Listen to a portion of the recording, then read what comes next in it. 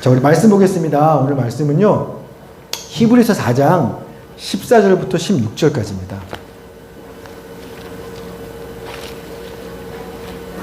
히브리서 4장 14절, 15절, 16절, 신약성경 356쪽입니다.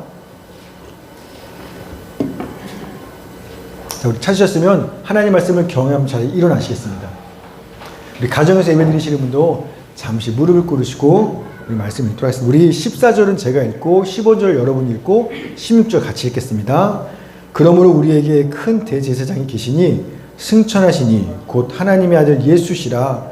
우리가 믿는 도리를 굳게 잡을지어다.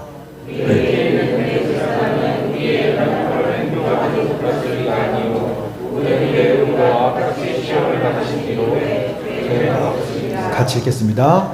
그러므로 우리는 긍휼하심을 받고 때를 따라 돕는 은혜를 얻기 위하여 은혜의 보좌 앞에 담대히 나아갈 것입니다. 아멘.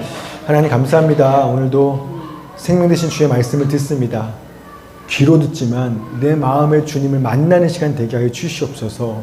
주님이 우리에게 무엇을 말씀하시는지 주님의 얼굴 표정과 그 음성까지도 듣게 하셔서 이 말씀에 저희들 믿음으로 반응하는 모두가 되게 하여 주시옵소서. 감사드리며 예수님의 이름으로 기도했습니다. 아멘. 자리에 앉히겠습니다.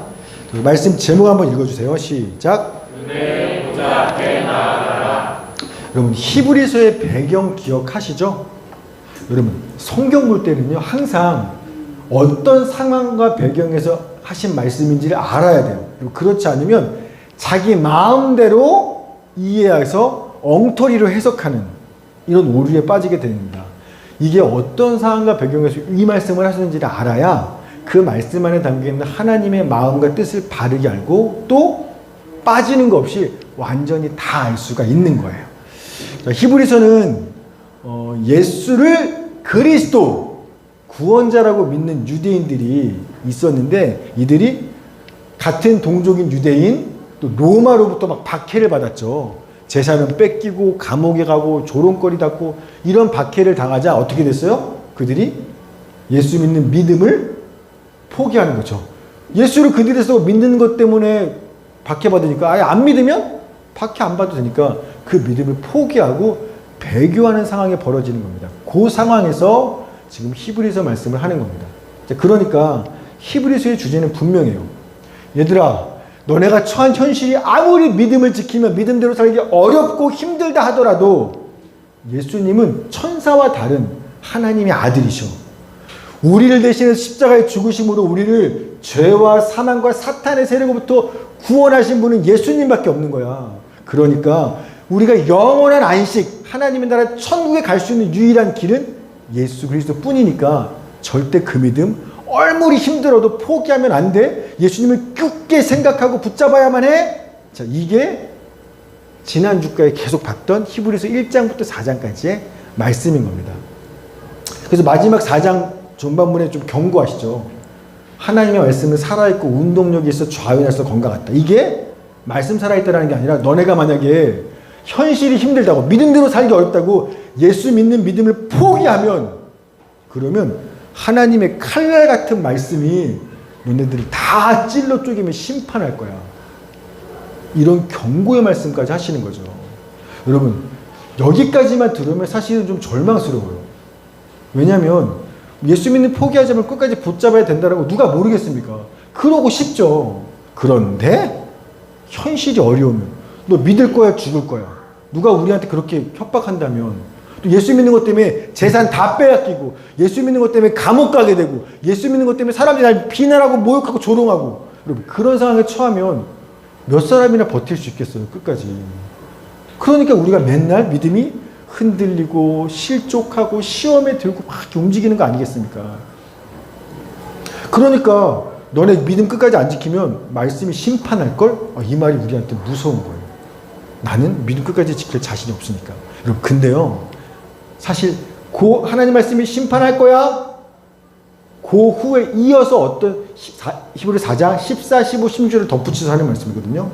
이것까지 보면 와 우리한테 위로가 되는 거예요. 절망이 아니라 다행이다. 내 힘으로 믿음 못 지킬 뻔했는데 어휴 우리 14, 15, 16 우리 읽었으니까요. 우리 14절만 한번 읽어볼게요. 14절 시작.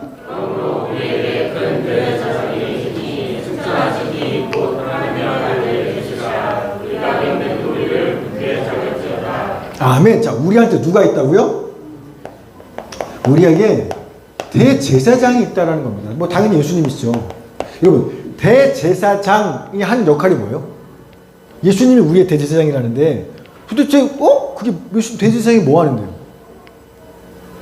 유대교에서요, 대제사장이 뭐 하는 거냐면 1년에 딱 한 번 속죄일 날 되면 짐승의 피를 가지고 하나님이 계신 지성소로 들어가요. 1년에 한 번밖에 못 들어가요. 거기서 모든 백성들이 지은 죄를 속하는 제사를 드려요. 그래서 대제사장이 백성들을 대신해서 대표해서 속죄의 제물을 피를 가지고 하나님 앞에 나아가기 때문에, 그래서 모든 백성들은요 죄졌음에도 죽지 않고 용서받을 수 있는 거예요. 이게 대제사장이 하는 역할인 겁니다. 자, 그래서 우리에게는요 큰 대제사장, 인간 대제사장보다 더 큰 대제사장이신 예수님이 계시다라는 거예요. 이 말은 뭐냐면 예수님께서 우리를 대표해서, 우리를 대신해서 짐승 피 말고 누구 피? 자기 피. 자기 생명과 피를 우리의 죄를 대신하는 속죄 제물로 가지고서 하나님 앞에 나아가셨다라는 겁니다. 따라서 예수님을 믿는 자, 그 예수님 안에 있는 사람은 누구라도 예수님을 통해서 하나님 앞에 나아갈 수 있게 되었다. 이 이야기를 지금 그분이 우리의 대제사장 되셨다, 이렇게 이야기하는 겁니다. 이해되시죠? 여러분, 그런데 보세요. 그러면 그 대제사장이신, 우리의 대제사장이신 그분이, 그 예수님이 지금 어디 계세요? 자, 다음 절 다시 한번 읽어봐요. 밑줄이 다르죠? 지금 어디 계시죠? 하늘로 계시죠. 우리의 대제사장 그분이 하늘로 승천하셨다고 말하죠. 지금 하늘에 계시는 거예요. 하늘에 하나님보다 우편에 계시는 겁니다. 여러분, 질문. 제가 옛날에 한번 드린 질문인데 답 기억하나 봅시다. 2000년 전에 이 땅에 오신 예수님의 사역과 목적은 뭐였냐면, 우리의 모든 죄를 대속하는 희생양으로서 자기가 십자가에 죽는 거, 그러니까 죽으려고, 희생양으로 죽으려고 이 땅에 2000년에 오셨다는 겁니다. 그리고 그 일을 이루셨죠. 죽으셨잖아요.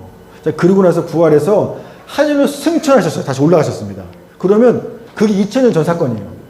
하늘에 올라가신 예수님께서 그 하늘 위에서 2000년 동안 지금까지 2022년 오늘까지 뭐 하고 계실까요?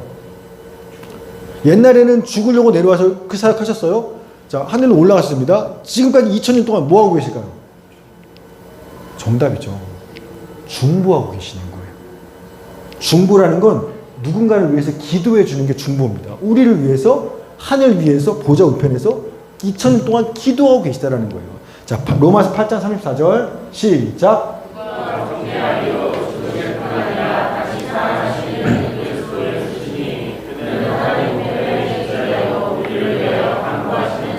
자, 히브리 7장 25절.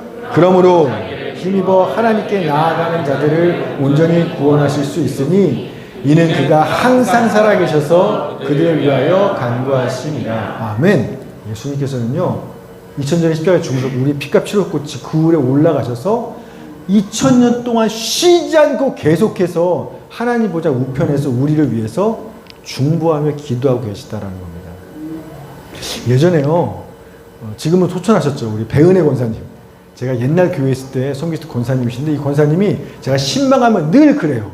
그때 전도사니까, 전도사님, 하나님이 나 같은 늙은이 기도는 잘 안 들어. 전도사님쯤 돼서 기도해줘, 나를 위해 기도해줘야 하나님이 그 기도 들으실 거 아니냐고. 나 요새 어떤 기도 제목이 있으니까 전도사님이 날 위해 좀 기도해달라고 하시는 거예요. 제가 맨날 기도해드리는 거예요. 여러분, 목사가요, 여러분을 위해서 이렇게 안수하고 기도하죠. 그래도 능력이 있어요. 하나님이 내가 하는 것보다 목사가 이렇게 기도하고 하면 훨씬 더 잘 들으시고 응답하시겠죠. 여러분, 그렇다면 목사 말고 예수님께서 우리를 위해서 친히 중보 기도하고 계시더라면 그 기도가 응답이 잘 될까요? 안 될까요? 당연히 하나님은 그 기도 들으시고 응답하시고, 이게요, 예수님이 우리를 위해 중보한다는 거는 차원이 틀리고요. 오늘도 저희가 광고 시간에 우리 서로를 위해 중보 기도합시다 말했잖아요. 이것도 능력 있지만 예수님이 기도해 준다? 이거는 차원이 틀려요. 여러 면에서. 첫째, 시간적으로. 예수님이 우리를 위한 중보 기도는 시간적으로 차원이 틀립니다. 여러분, 목사인 저도요, 제게 맡겨주신 여러분들을 위해서 하루도 안 빠지고 매일 중보 기도합니다. 그런데 제가 여러분 한 사람을 위해서 한 몇 분 정도 기도할까요? 뭐 1분? 그리고 제가 좀 요새 힘든 분 위한테는 한 5분 정도 할 것 같고요. 아무 일 없이 평안하게 괜찮으신 분들한테 한 1분도 안 할걸요? 그래야 다 할 수 있잖아요. 시간적으로도. 그런데요, 여러분도 어때요? 여러분도 여러분 자신이 문제가 있어요. 내 문제를 위해서 얼마나 기도하세요? 남 중보 말고 자기를 위해서 한 시간도 못 안 하죠. 우리를 위해서. 그런데요, 예수님은요, 우리를 위해서 중보 기도하시는데 졸지도 않고 주무시지도 않고 지치지도 않고 24시간 내내 항상 영원토록 우리를 위해서 2000년 동안 또 앞으로도 계속 기도해 오고 계시다는 겁니다. 자, 시편 121편 3절, 4절, 8절 시작. 여호와께서 너를 실족하지 아니하시며 너를 지키는 이가 졸지 아니하시리로다. 이스라엘을 지키시는 이는 졸지도 아니하시고 주무시지도 아니하시리로다. 여호와께서 너의 출입을 지금부터 영원까지 지키시리로다. 아멘. 예수님은 우리를 지키시기 위해서 우리를 위해 준비하시는데 졸지도 주무시지 않고 우리를 영원토록 지키시기 위해서 나를 위해 중보하신다는 겁니다. 그러니까 시간적으로도 예수님이 우리를 위한 중보 기도는요, 엄청난 거예요. 자, 두 번째, 이거는 신분적으로도.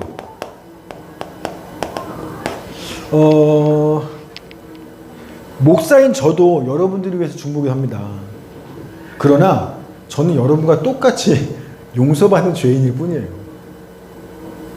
그러나 예수님은 도 여러분을 위해 중보 기도하세요. 예수님은 누구예요? 용서받은 죄인인가요? 우리처럼? 아니죠. 예수님이 누구세요? 히브리서 4장 14절 시작.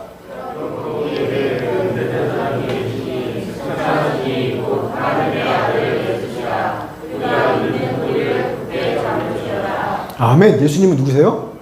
하나님의 아들이에요. 그러니 용서받은 죄인인 제가 여러분의 중보 기도하는 거랑 하나님의 아들이신 그분이 여러분을 위해서 기도하고 계신다? 이거는요, 레벨이 틀린 중보 기도인 거예요. 세 번째, 기도하는 위치라고 해야 되나? 위치? 장소? 여러분, 저도 여러분을 기도하는데 목사님이 어디서 기도해요? 땅에서 기도해요. 땅에서 하늘에 계신 하나님 올려다 보면서 믿음으로 기도해요. 하나님이 안 보이지만. 그러나 예수님은 달라요. 아까 로마서 8장 34절, 히브리서 7장 25절에서 예수님이 기도하시는데 어디서 하신다고요? 하나님 보좌 우편에서. 그러니까 예수님은요, 땅에서 하는 게 아니라 하나님 계신 보좌 우편에서 중보 기도하세요. 특별히 예수님께서 우리를 위하여 기도하신다라고 말하지 않고 뭐라고 하냐면 간구하신다라는 말을 쓰는 거예요.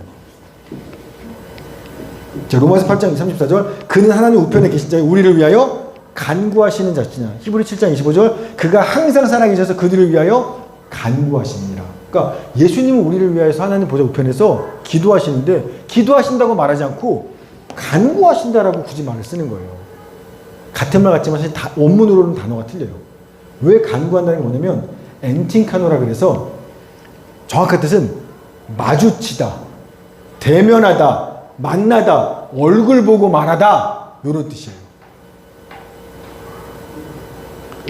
즉 저는요, 또 우리끼리 서로 중보기도 할 때 땅에서 저 하늘에 계신 그분 바라보면서 누구 좀 도와주세요 이렇게 하잖아요. 그러나 예수님은요, 하나님의 보좌 바로 옆에서 하나님과 얼굴 마주 본 상태로 아버지 있잖아요. 누구 좀 요새 어려워요. 누구 좀 붙잡아 주세요. 지켜주세요. 그렇게 기도하신다는 겁니다. 그래서 기도하신다가 아니라 간구하신다는 단어를 일부러 쓴 겁니다. 다르죠, 예수님의 중보기도는요. 자, 네 번째, 내용적으로도요. 내용적으로도. 저도 여러분을 위해서 기도해요. 그러나 여러분이 목사님 나 기도 좀 부탁할게요. 요새 뭐가 어려워요 라고 여러분이 말해주는 것만 알아요. 그것만 놓고 기도하는 겁니다. 그런데요, 여러분이 저한테 뭐 좀 기도해 주세요 말해주지 않으면요, 전 몰라요. 얼마나 힘든지, 뭐 때문에 아픈지, 상황이 어떤지 제가 또 어떻게 알겠어요. 그러니까 목사가 돼서 내 마음도 몰라줘, 이렇게 섭섭해 하시면 안 돼요. 말 안 하면 저는 신이 아니기 때문에 몰라요. 섭섭해 하지 마시고, 부탁할 게 있으면 목사님 뭐 좀 기도해 주세요. 나 요새 뭐 어려워, 얼마나 어려운지 설명해 주셔야 돼요. 그런데요, 예수님은 틀려요. 우리 히브리서 4장 12, 13절에 하나님의 말씀을 살았고 웃는 눈이 할 때 그분의 말씀 어때요? 우리의 혼과 영과 관절과 골수를 찔러 쪼개고 우리의 숨겨진 마음의 생각과 뜻까지 다 발가벗기시는 게 하나님이시라는 겁니다. 그래서 우리가 말하지 않아도요, 예수님은요, 우리가 어떻게 아픈지, 어디가 고통스러운지, 얼마나 미치겠는지 다 아신다라는 거예요. 그래서 예수님이 우리를 위해 중보기도 하실 때는요, 둘이 뭉칠 하나님, 우리 윤상이 잘 되게 해주세요, 이렇게 안 해요. 정확하게 아시기 때문에 요즘 윤상이가 어디가 어떻게 하시니까 어느 부분을 어떻게 하시니까 정말 구체적으로, 또 진짜 그 얼마나 힘든지도 알 때문에 정말 마치 당신 문제인 것처럼 간절하게 예수님은 우리를 위하여 중보기도 하신다는 겁니다. 따라서 히브리서 기자가요, 이 히브리서 편지들 설교는 이걸 왜 썼죠? 세상의 박해와 핍박 때문에 성도들이 너무 괴롭고 힘들어서 믿음 포기하니까 그러면 안 된다고 이 편지 쓴 거잖아요. 근데 여러분 생각해보세요. 만약에 그들이 믿음을 포기하면서 예수 믿었는데 너무 사는 게 힘들어, 믿음 때문에 너무 고난이 많아, 나 안 믿겠어라고 믿음을 배교할 때 그때 뭐라고 하면서 배교할까요? 유대교로 다시 돌아가면서 그들이 뭐라고 하면서 했을까요? 아마 이런 말 했을 거예요. 예수님은 이 땅에 사는 우리가 얼마나 힘든지 모르실 거야. 그러니까 날 이렇게 내버려두고 도와주지 않는 거지. 주님은 내가 얼마나 지금 힘들고 괴로운지 모르실 거야. 예수님은 하나님의 아들이잖아. 그분은 신이셨잖아. 그러니 나처럼 평범한 사람이 이 땅에서 예수 믿는 믿음 때문에 당하는 고난, 예수님 말씀대로 살아보는 게 얼마나 큰 손해를 끼쳐야 되고 손해를 당해야 되고 억울한 일을 당하고 자존심 상하고 미움받고 죽을지도 모르는 이 고난과 고통을 받는 게 얼마나 힘든 건지 예수님은 이해 못할 거야. 이런 말 하면서 믿음 배교할 거 아닙니까? 우리도 그렇잖아요. 우리도 기도해봐야 하나님 응답하지 않아요? 사는 게 얼마나 힘든지 저분은 나한테 관심 없나 봐요. 그러고 믿음 흔들리잖아요. 그런데요, 아니라는 거예요. 예수님은요, 우리가 얼마나 아프고 힘들고 고통스럽고 두렵고 괴로운지 다 아신다라는 겁니다. 어떻게 알아요? 예수님도 지금 내 자리에 똑같은 인간으로, 똑같은 고난으로, 똑같은 죽음으로 당해보셨으니까. 그래서 아신다라는 거예요. 히브리서 2장 14절 17절 시작.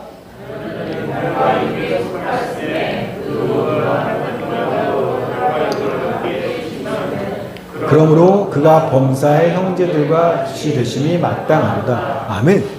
예수님도 우리가 똑같이 몸을 입고 육체를 입고 이 땅에 오셨고 범사에, 즉 모든 일에 우리와 똑같아지셨다라는 겁니다. 똑같은 시험, 고난 다 당하셨다라는 거. 또 똑같아요. 우리처럼 우리도 죽음 앞에서 두렵잖아요. 예수님도 죽음 앞에서 하나님을 향해서 통곡과 눈물로 소원하며 기도했던 적이 있으셨다라는 거예요. 똑같아요, 우리랑. 자, 히브리서 2장 18절 시작. 시험 받는 자들을 능히 도우실 수 있으리라. 5장 7절이요. 그는 육체에 계실 때 자기를 죽음에서 능히 구원하실 이에게 심한 통곡과 눈물로 간구와 소원을 올렸고 그의 경건하심으로 말미암아 들으심을 얻었느니라. 예수님도 우리가 똑같은 몸을 입었기 때문에 배고픈 거가 뭔지 알아요. 졸려 죽겠는데 못 자겠는 거 뭔지 알아요. 현실의 문제 앞에서 얼마나 두렵고 불안한 게 그게 뭔지 알아요. 그분도 몸이 입으셨기 때문에. 또 그분도 육체로 계셨기 때문에 죽음 앞에서 하나님께 기도할 수밖에 없으셨다고. 그게 죽음의 공포가 뭔지 예수님도 안다라는 거예요. 지난 주일날이요. 여러분은 길에 혹시 지나가다 해병대 보셨어요? 길 지나다 해병대? 해병대 뭐 이런 애들 길에 지나가면 어떤 생각이 드세요? 어떤 마음과 생각이?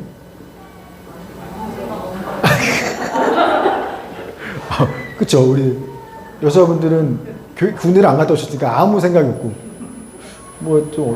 네, 그러네요. 아니면 속으로 욕하겠죠. 저 개병들 맨날 나쁜 일. 근데요, 제가 지난 주일날 주모 날라주려고 교회 앞에 서 있잖아요. 예배 전에. 근데 길 건너편 슈퍼 앞에 오랜만에 해병이 한 명 보이더라고요. 해병대 팔강모 쓰고 군복 입고. 근데 혼자 거기에 팍 숙이고 이렇게 슈퍼 앞에 서 있는 거예요. 근데 걔를 보자마자 너무 안타깝고 안쓰러웠어요. 그래서 뭐 하나 좀 사줘야겠다. 제가 그래서 사주려고 갔어요. 몇 끼냐 물어보고 이제 뭐 좀 사주려고 가는데 갑자기 골목에서 여자애들 둘이 나오더만 옆에 다 팔짱을 끼더라고요. 그래서 괜찮다. 그래서 제가 별로 외롭지 않겠구나, 힘들지 않겠구나. 그래서 그냥 돌아왔어요. 그리고 제가 왜 그냥 해병을 보면서 여러분 똑같은 걔는 걔인데 여러분을 보면서 아무 생각이 없거나 욕하거나 그런데 왜 저는 보면서 안타깝고 속상한 마음이 들죠? 저도 겪어봤으니까. 저도 해병대에서 그 훈련들을 받아봤고 그 군생활이 얼마나 힘든지 겪어봤기 때문에 안타깝고 속상해요. 알아요, 얼마나 힘든지. 몇 년 전에 그 영찬이 돌잔치 때, 몇 년 전이죠? 돌잔치 때 같이 예배를 끝나고 이제 부모님들 식사하시는데 제가 부모님한테 그런 얘기 했어요. 저는 정식 신학 코스를 안 받았다고. 그러니까 뭐 학부 신학교 나오고 대학원 나와서 뭐 20몇 살에 이렇게 목사가 되는 이런 거 안 하고 돌고 돌다가 뭐 예수님을 떠나기도 했다가 뭐 불교로 개종도 했다가 뭐 직장 생활도 했다가 호주도 갔다가 돌고 돌다가 나이 40 넘어서나 신학교 갔다고 사회생활도 해보다. 자, 이런 얘기를 했더니 우리 동현이 아버지께서 그런 말씀 하시더라고요. 목사님들은 그러셔야 된다고. 좀. 왜요? 그래야 사회생활하는 일반 성도들이 얼마나 힘든지, 얼마나 어떻게 힘들게 신앙생활하고 사회생활이 뭔지 좀, 그래야 그걸 이해하면서 목회를 하는 거지. 목사님들은 그거 안 해봤으니까, 직장 안 다녀보고 돈 안 벌어보고 사회에서 그거 안 해봤으니까, 전도하세요? 안 해봤으니까, 안 믿는 사람하고. 그러니까 성도들의 힘든 형편과상 하나도 모르면서 얼마나 차갑게 성경의 정답만 얘기하는지. 그래서 목사님들도 좀 사회생활 좀 해보고 돌아봐야 맞다고. 제가 그 말 들으면서 뭐 다 동의할 수는 없지만 이해는 되는 부분이 있어요. 그래요? 저도 사실 그래요. 제가 사회생활도 해보고 직장 다니고 했기 때문에 성도들이 직장도 다니면서 쉬는 날 교회 와서 예배 드린다? 자기 일하면서 또 시간과 뭐 열심을 내어서 하나님께 뭔가를 해드린다? 내가 열심히 번 돈을 가족한테 쓰지 않고 또 하나님께 헌금한다? 이런 게 얼마나 값지고 큰 건지 그래야 공감할 수 있거든요. 여러분, 예수님도 똑같다라는 거예요. 만약 그분이 인간으로 이 땅에 오시지 않았었더라면 그분은 몰랐을 거예요. 세상에 인간으로 살아간다는 게 얼마나 힘든 건지. 그러나 예수께서 혈과 육같이 똑같은 인간으로 이 땅에 태어나셨고 우리와 똑같이 엄마 젖 먹으면서 컸고요. 기저귀 갈아줘야 됐고요. 그런 아기로 태어나서 똑같이 10대 시절, 20대 시절 우리가 그 나이를 먹어가면서 겪는 고민과 문제가 다르잖아요. 스트레스들이. 그 어려움들 예수님은요 다 겪어보셨다는 거예요. 우리 인생의 모든 그 희노애락을 다 겪어보시면서, 아니 우리가 그것과 비교할 더 큰 고난과 어려움들을 직면하시면서 사셨기 때문에 예수님은요, 예수 믿는 성도들이 이 땅에서 그 믿음 지키며 살아가는 게 얼마나 힘든지, 주님 말씀대로 실제로 현실을 산다는 게 과연 가능한 일인지, 그런 것 때문에 막 절망하고 쓰러질 때 주님은 모르시는 게 아니라 누구보다도 잘 아신다라는 거예요. 여러분들의 이 상황에 대해서요, 누구보다 예수님이 잘 알아요. 여러분 뭐 배우자보다, 내가 난 내 자녀보다 주님은 더 잘 아신다라는 거예요. 더 잘 알기 때문에 우리를 누구보다 불쌍히 여기며 동정하시는 분이 누구다? 그분이 바로 예수님이시라는 겁니다. 자, 히브리서 4장 15절 시작.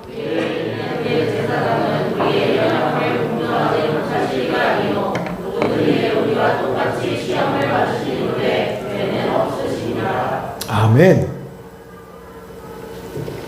우리에게는 그 대제사장은 예수님은 우리의 연약함을 동정하신다. 이 말이요, 저 개인적으로 굉장히 큰 위로가 됐습니다. 왜냐하면 여러분, 세상 일들은요 뭐든지요 처음에는 하기 어려워요. 그러나 시간이 똑같은 일을 여러분 1년, 2년, 5년, 10년 하면 어떨까요? 어려울까요? 지겨울 수는 있어도 어렵지는 않아요. 뭐 눈 감고도 할 거예요. 처음엔 어려워도 점점점 하면 할수록 일은 쉬워지고요. 한 10년, 한 분야에서 10년을 하면 장인이라 그러죠. 그 분야에서 그냥 너무 잘하는 거예요. 몸에 밴으니까. 여러분, 근데요, 제가 목회를 해보니까, 제가 사역한 지 15년째거든요. 목회를 해보니까 정반대예요. 하면 할수록 쉬워지고 익숙한 장인이 되어가는 게 아니라 하면 할수록 더 힘들고 어려워져요. 도대체 어떻게 해야 될지 모르겠어요. 제가 처음에 목회를 시작할 때, 사역을 시작할 때는요, 자신이 있었어요. 아, 목회는 이렇게 하는 거야. 교회는 이렇게 하면 돼. 막 자신도 있었고, 방법에 대한 공부도 내가 잘난 줄 알았어요. 할 수 있을 줄 알았어요. 근데요, 하면 할수록 안 되는 거예요. 뭐도 답이 안 되는 거예요. 하면 할수록 어려워요. 그러면서 시간이 지나면 한 15년쯤 하다 보니까 지금은요, 뭐만 더 확인하게 되냐면, 내가 진짜로 나쁜 놈이구나. 나 진짜 내가 주님의 몸된 교회를 맡아서 말씀을 전할 이럴 자격과 가치가 없는 게 바로 그런 악하고 약한 게 나야. 그런 내 약함과 악함만 점점 더 구체적으로 깨달아가고 절망스러울 뿐이에요. 시간이 지나면 지날수록. 그러면서 하나님이 나 보면 얼마나 역겨울까.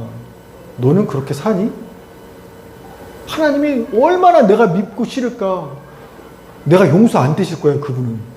말로는 겉으로 목사처럼 행동하지만 내가 도대체 얼마나 더러운 죄인지 그분은 다 아니까 나 막 엄청 싫어하고 미워할 거야. 그래서 막 두려움에 사로잡힐 때가 있어요.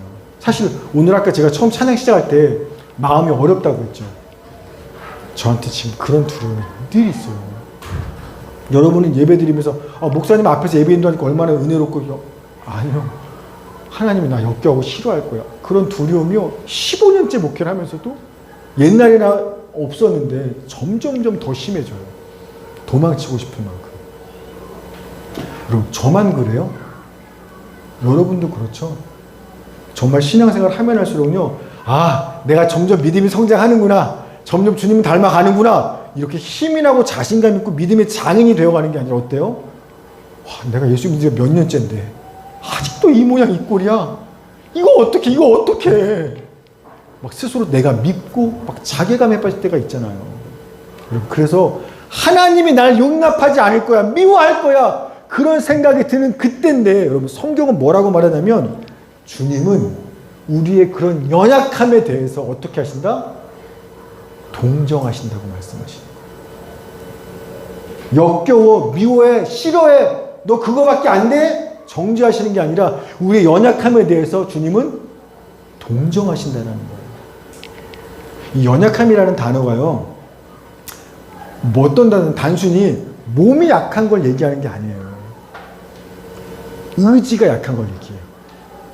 여러분, 작심삼일밖에 안 되죠. 의지가 약한 거. 또 지적으로 약해요. 말씀을 들어도 다 이해를 못해요. 또 성질이 약해요. 예수 믿는 사람처럼 좀 온유해야 되는데 왜 그렇게 내 마음은 불같은지 막 성질이, 그게 내 약점이에요. 또 믿음도 약해요. 이쯤 되면 좀 믿어야 되는데 아직도 이 주님을 믿지 못해서 맨날 불안하고 걱정하면서 살아요. 심지어요, 로마서 5장 6절에 보면 우리가 경건하지 못한 죄성을 가지고 있는 그것까지도 약점이래요. 의지가 약해, 성질이 약해, 지적으로 이해가 약해, 믿음도 약해, 심지어 여전히 경건하게 못 사는 그 죄성까지도 우리 연약함인데, 그런 나의 연약함에 대해서 우리의 대제사장 되신 그분은 어떻게 하신다? 동정하신다는 겁니다. 동정하신다는 거예요. 책망하며 혼내는 게 아니라 동정하신다는 겁니다. 여러분, 이 동정하신다는 말이 우리가 길거리에 이렇게 불쌍한 사람 보면 아 불쌍하다 어떻게 저렇게 됐을까. 이것도 동정하다죠. 이걸 얘기하는 이런 동정이 아니에요. 이게 개역개정에는 동정하다고 번역됐는데 우리 옛날 한글 성경에는요 뭐라고 번역했냐면 저 단어가 체휼하다라는 거예요. 체휼. 몸체자 긍휼히 여길 율자예요. 그래서 내가 상대방의 몸이 되어서 즉 상대방의 입장이 되어서 불쌍히 여기는 걸 보고 체휼하다라고 하는데 이 단어가 오늘 이 헬라어 동정하다는 이 헬라어와 이게 훨씬 더 맞는 단어예요. 그래서 이 동정하다라는 거가 이게 그 뭐죠? 쉼파테오라는 단어인데 두 가지 단어입니다. 쉼이라는 단어, 함께라는 단어와 파스코 그래서 함께 고통받다. 요 단어 두 개가 합쳐져서 동정하다가 되는 거예요. 그러니까 그냥 멀리 떨어져서 아유 불쌍하다 이런 불쌍하게 여기는 게 아니라 내가 마치 네 입장에 있는 것처럼 네가 지금 느끼는 아픔과 슬픔과 고통을 내가 똑같이 함께 경험하면서 동정하는 걸 보고 이게 동정하다예요. 그러니까 예수님께서 우리의 약함에 대해서 동정하실 때 아이고 아직 죄 짓고 사니 아유 안 됐다 이렇게 하는 게 아니라 내가 아직도 이거밖에 안 되는 내 모습 때문에 맨날 넘어지는 나 자식 때문에 속상하고 아픈 그 마음을 똑같이 공감하시면서 자기 일처럼 동정하신다는 거예요. 여러분 여러분이 사랑하는 자녀가 병들어서 약해요. 몸이 약해요. 성질이 내 자식이요. 성질이 영! 그러니까 누구 닮았는지 알고 성질이 영! 그래 성질 머리가 약해요. 이게 약점이에요. 아니 목사 자식인데 믿음이 없어요. 믿음이 약해요. 기타 등등 여러 가지 여러분 자녀가 어떤 약점들이나 부족함들을 가지고 있어요. 그 약한 자녀를 여러분 어떻게 바라보세요? 이 자식 감히 아빠 자식 이렇게 약해 빠져갖고 되겠어? 막 혼내고 분노하면서 바라보세요. 이거 약한 만큼 너 고통 좀 받아봐야 돼. 이렇게 바라보세요 자식을? 약한 자식을? 아니잖아요. 어떻게 해요? 내가 대신 아팠더라면 너 아픈 것만큼 네 약한 거 고생하는 것만큼 차라리 내가 대신 아팠더라면 그 마음으로 약한 자식을 바라보면서 함께 고통받으면서 그렇게 바라보시잖아요. 이게 바로 예수님이 연약한 우리를 바라보는 그 마음이에요. 너 그거밖에 안 돼? 목사가 돼서 집사가 돼서 성도가 돼서 예수님 20년 됐는데 아직도 이거밖에 안 돼? 이렇게 바라보시는 게 아니라 우리가 그럴 수밖에 없는 연약함에 대해서 함께 아파하시면서 동정하세요. 그 아픈 마음을 가지고 어떻게 하신다? 하늘에서 우리를 위해서 중보기도 하신다는 거예요. 그냥 하나님 쟤 좀 잘 얘기해주세요가 아니라 내가 얼마나 약하고 고통받는지 다 이해하고 너무나 잘 아신 그 상태로요. 내가 대신 아팠으면 좋겠어요. 그 마음을 가지고 하나님 저 녀석을 위해서 기도하신다는 거예요. 죄 없는 하나님의 아들이 하나님 보좌 우편에 앉아서 하나님의 얼굴과 얼굴을 대면한 채로 우리 연약함에 대해서 같이 아파하시면서 2000년 동안 쉬지 않고 우리를 위하여 기도하고 계신다는 겁니다. 여러분 이것보다 더 우리한테 위로가 되고 소망되는 게 어디 있겠어요. 어마어마하고 목사가 여러분의 기도해줘도 감사하잖아요. 예수님이 그렇게 하신다니까요. 그래서 이 설교의 결론, 히브리 설교의 결론이 뭐냐면 그래서 4장 16절로 가는 겁니다. 16절 시작.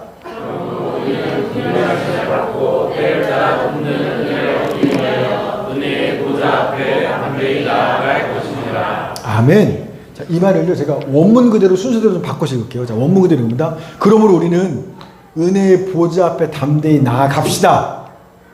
왜냐하면 긍휼하심을 받고 때에 맞는 도움을 발견하기 위해서 이렇게. 여기서 이 문장에서 뭔가 짝이 맞지 않는 어울리지 않는 단어 혹시 발견하셨어요? 어울리지 않는 단어가 두 개가 붙어 있어요. 저 문장에서. 은혜 보좌. 오! 어떻게 알았죠? 어떻게 아셨죠? 그냥 느낌에 찍은 거예요. 오. 야, 우리 이삭 형님, 야. 자, 이게 왜 뭔가 좀 이렇게 짝이 안 맞는 것 같아요? 어색해요? 은혜 앞에 보좌가 있다는 것은 짝이 안 맞는 거예요. 네. 은혜가 은혜인데 뭔가 어쨌든 답은 답이니까. 자, 여러분 성경에서요 이거 빼고 보좌를 말할 때는요 어떨 때 써요 보통? 하나님 보좌. 왕이 왕. 자, 왕이 뭐 할 때 써요 보좌에서? 성경에서 보좌 그러면 항상 정답. 보좌는 심판하고 연관되는 거예요. 이해되시죠? 그래서 보좌는 왕이 계신 곳으로 항상 왕이 재판관이 심판하시는 걸 상징할 때가 보좌예요. 따라서 유대인들은요 하나님의 얼굴을 본다? 내가 그분의 보좌 앞에 나가서 주의 얼굴을 봤다? 나 이제 죽었다는 거예요. 심판받아서. 두려운 겁니다. 자, 이사야서 6장 1절 5절 시작. 우시야 왕이 죽던 해에 내가 본즉 주께서 높이 앉으셨는데 그의 옷자락은 성전에 가득하였고 그때 내가 말하되 화로다 나여 망하게 되었도다. 나는 입술이 부정한 사람이요 나는 입술이 부정한 백성 중에 거주하면서 만군의 여호와이신 왕을 배웠음이로다 하였더라. 아멘. 이사야가 벌벌 떠는 거예요. 주의 보좌를 보고 앞에 서고서 왜? 나 얼마 많은 입으로 죄 짓는지가 생각나는 겁니다. 그 죄 때문에 보좌에 난 심판받아 죽을 거예요. 그래서 보좌는요 심판과 두려움의 상징이에요. 심판의 보좌입니다. 그런데 히브리서 기자는 뭐라고 말해요?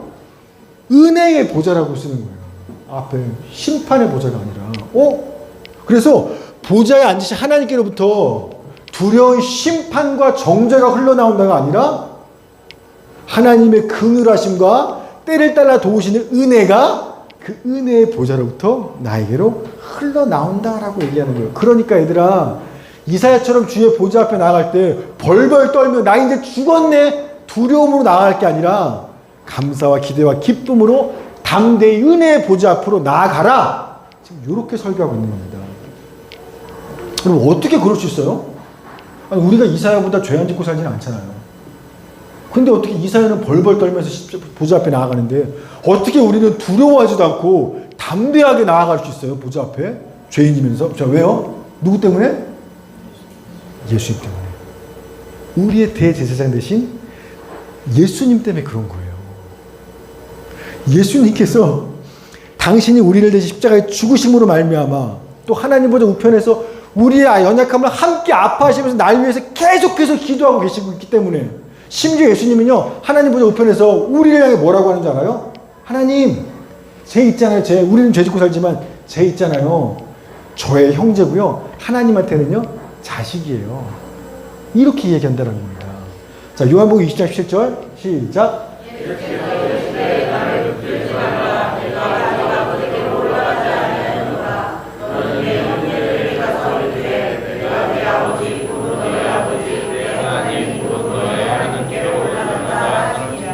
아멘. 아멘. 하나님, 내가 얘를 위해 대신 죽었잖아요. 얘 공소권 없음이잖아요. 내가 대신 그 값 치료 주었으니까. 그러니까 이제부터 얘는 죄인 아니에요. 하나님의 아들이고요. 저한테는 형제지간이에요. 이렇게 하나님 소개하는 겁니다. 그러니 우리가 하나님 앞에 담대히 나아갈 수 있는 거예요. 오늘 아침에 저희 은우가 이제 저희 집에 놀러 왔잖아요. 어제부터. 근데 아침에 은우가 제일 빨리 일어났어요. 저는 이제 새벽부터 이제 책상에 제 방에서 말씀 준비하고 있었고, 은우가 저 방에서 깨어서 일어났어요. 그런데 제 방에 들어와요, 못 들어와요? 저 있는 방에? 절대 못 들어와요. 그러니까 제 방에서 보이는데 책꽂이에 책이 있어서 그 책을 빼가고 싶은데 저랑 눈이 마주칠까봐 제 방에 들어오기는 거죠. 책꽂이로 못 가는 거예요, 얘가. 그러면서 그 기둥 옆에서, 문 옆에서 저를 이렇게 들어와서 목사님 하나 가져가면 안 돼요? 하면 될걸. 이렇게 보고 있다가 눈 마주치면 딱 숨어서 책도 못 가져가고 거기서 그렇게 숨어 있는 거예요. 방에 들어오지도 못하고. 제가 무섭나 봐요. 어쨌든 그래서 은혜의 보좌, 은혜인데 못 나와요. 그런데요, 좀 이따 은찬이가 일어났어요. 제 아들이 은찬이 일어났는데 어제 잘 때 이렇게 잘못 자고 이렇게 목이 이렇게 뭐라 하죠? 그거? 담이 왔어요. 그래서 이러고 일어나면서 이렇게 아빠 들어와요. 목이 안 움직여요. 목이 안 움직여 이러면서 머리를 이렇게 한쪽으로 잡고서 안 움직인다고 그러니까. 그러면서 뭐가 나 병원 가야 된다고. 병원 가자고 지금 나 뭐가 안 움직인다고. 담대히 들어와요 제 방에. 놓고도 앉았고 그냥 들어와서 자기 할 얘기를 막 하는 거예요. 여러분 은찬이는 왜 그럴 수 있어요? 은혜는 못 그러는데 정답이에요. 제 아들이니까. 제 아들이니까. 아들은 아빠 방에 마음대로 들어가요. 담대하게. 여러분 그렇다고 은찬이가 아빠인 저 보기에 완전한 아들인가요? 안 그러거든요. 목사 아들 같지 않아요. 맨날 사고치고 잘해요. 여러 연약함이 있어요. 제가 용납할 수 없는 연약함들이 있어요. 그럼에도 불구하고 은찬이가요. 아빠! 하고 저한테 나오면요. 저는요. 네가 무슨 연약함도 중요하지 않아요. 왜? 필요한 도움이 뭔데? 무조건 도와줘요. 왜요? 아들이니까. 내가 사랑하는 아들이니까. 이거예요. 이거. 하나님도 우리를 향해서 똑같다라는 거예요. 똑같은 거예요. 우리 연약함 때문에 우리 기도 안 들은다? 그렇지 않아요. 연약한 건 연약한 거고 그거에 대해서는 같이 동정하시고 우리가 필요한 거 있을 때 아빠 나 언제든 아빠 하고 나아가면 그래 때를 따라 돕는 은혜를 얼마든지 베푸시는 게 하나님이라는 거예요. 따라서 예수 믿지 않는 세상 사람들 하나님하고 아무 상관이 없는 사람들한테는요 하나님의 보좌가 심판의 보좌 맞아요. 그들은 자기 죄 때문에 심판받아 죽을 거예요. 그러나 우리의 대제사장 되신 예수 그리스도를 믿음으로 말미암아 하나님의 아들이 된 우리한테는요 하나님의 보좌는요 은혜의 보좌예요. 거기로부터 아버지의 긍휼하심과 아버지의 때를 따라 돕는 은혜를 언제든지 받을 수 있다는 겁니다. 여기서 중요한 게 이거예요. 여러분 하나님의 보좌가 우리한테 은혜의 보좌가 되고 긍휼을 받는 거 맞아요. 그러나 문제는요 언제 그 긍휼과 은혜를 받는다? 언제 받아요? 하나님은 그러니까 저는요 언제나 아들을 사랑해요. 언제든지 은혜와 긍휼을 베풀 수 있어요. 네가 자기가 상관없어요. 근데 언제 은찬이가 받아요? 그 은혜와 긍휼을?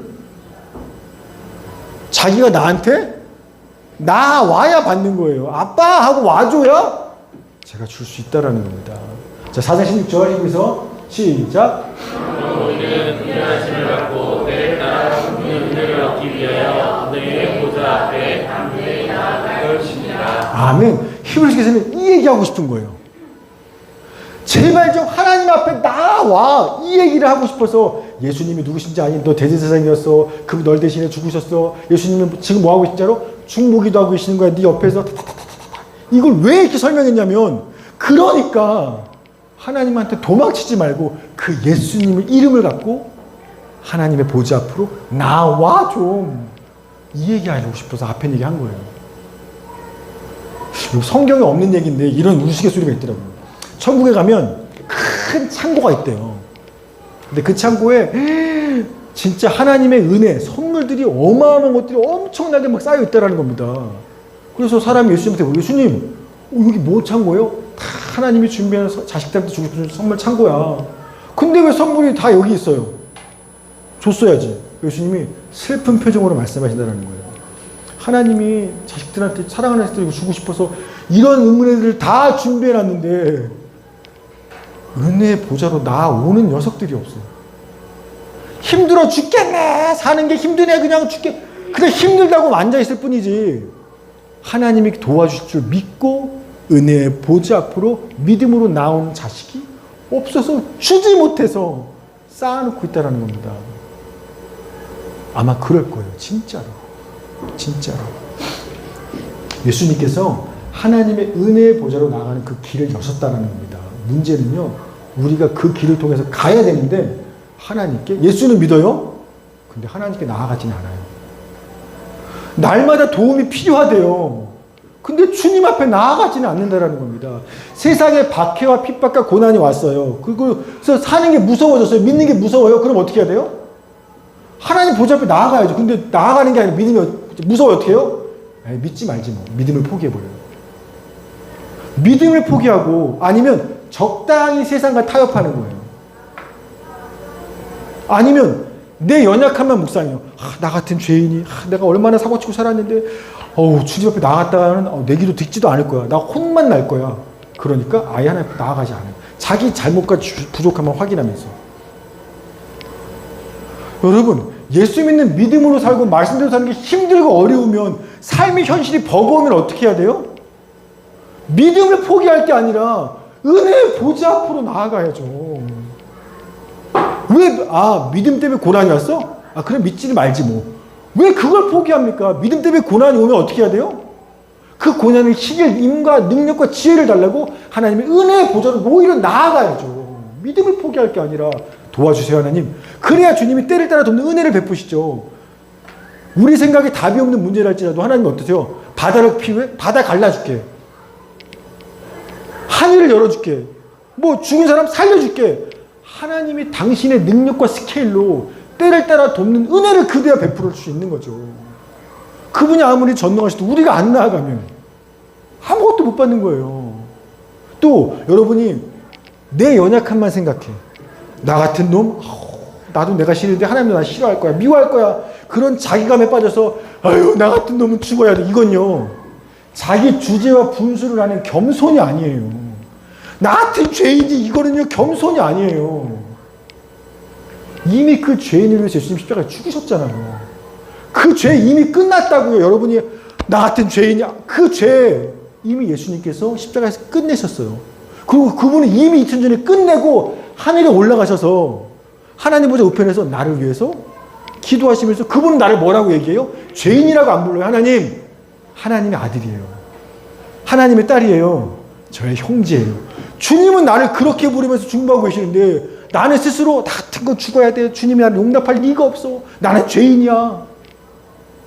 이거는요, 겸손이 아니라 예수 그리스도의 그 속죄와 중보와 나를 형제라 부르시는 그 은혜들을 끝까지 인정하지 않고 무시하고 받아들이지 않고 불신앙하는 고집과 교만이에요.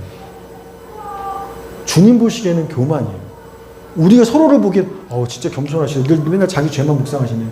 하나님 보시기에는 교만이에요. 난 이렇게 끝냈는데 네 죄 문제예요. 이미 너는 내 자식인데 내가 계속 나는 죄인이라고 하고 하나님 보좌 앞에 못 나아가는 거예요. 왜? 죄인이니까. 여러분, 따라서 여러분 힘으로 감당하기 어려운 현실의 문제를 만났습니까? 믿음대로 살아야 되는 거 알겠는데 말도 안 돼. 어떻게 말씀 그대로 살아 현실을. 그런 버거운 문제가 벌어지면 믿음을 포기할 게 아니라 말씀대로 못 살아. 목사 설교나 그렇게 하라 그래. 이걸 포기할 게 아니라 그 불가능한 걸 가지고 은혜의 보좌 앞으로 나아가서 주여 능력대로 살게 하여 주옵소서 기도해야 되는 거예요. 여러분, 사실 지금 오늘 전하는 이 말씀은요, 제가 준비했던 설교 아니에요. 제가 어제 오늘 아침까지 정말 이틀 내내 히브리서 5장 6장 가지고 설교 준비해서 원고 6장을 다 썼습니다. 근데 아침에 제가 일어나서 그 원고를 쓰고 읽는데 아무리 하는데 제 마음에 감동이 하나도 없는 거예요. 원고 다 썼는데. 그러면서 그냥 차가운 글이지 뭔가 성령이 오늘 이 말씀 하고 싶다 그런 감동이 하나도 없어요. 그래서 어떡하지? 설교 시간 얼마 남지도 않았는데 준비 다 해놨는데 이게 그냥 성령이 원하시는 것 같지 않은 거예요. 제가 덮고 기도했어요. 하나님, 뭔가 하고 싶은 얘기 있으세요?